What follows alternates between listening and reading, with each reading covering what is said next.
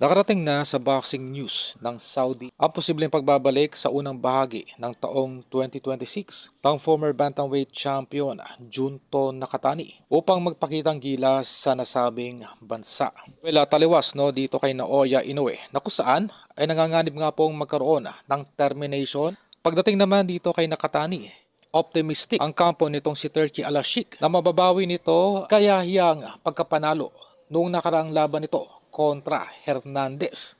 Sa madaling salita ay bibigyan pa ng isang tsansa itong si Turki Al-Sheikh, itong si Nakatani upang i-redeem at patunayan na ito isang dekalidad na fighter upang labanan ang kababayan nitong The Monster na si Naoya Inoue.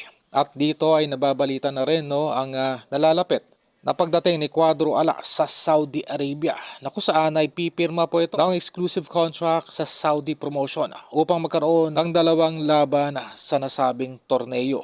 Ito yung tinatalakay na natin noong nakaraan pa na kung saan ay nagkaroon po ng reselection ng mga fighters sa lower division na kung saan ay nagkaroon ng panibagong pamantayan na kukunin lamang ni Al-Sheikh ang mga fighters ng lower division na mataas ang knockout rate at merong huling maimpresibong laban. At dito nga po ay pasok ang ating kababayang si John Riel Casimero. Ito ay isang magandang oportunidad para sa ating kababayan dahil nababalita na rin po sa Saudi Arabia ang pagdating ng mga international fighters ng lower division. Ating pong nabalitaan na nagkaroon din ng parehong invitasyon mula Saudi Promotion. Itong sina Marlon Tapales at itong si Wonderboy. Wala pa po tayong update kung ang dalawang fighters ay pumayag na magkaroon din ng exclusive contract sa Saudi Promotion. Na alam naman natin ay hawak-hawak ng kinalang matchmaker na si Sean Gibbons.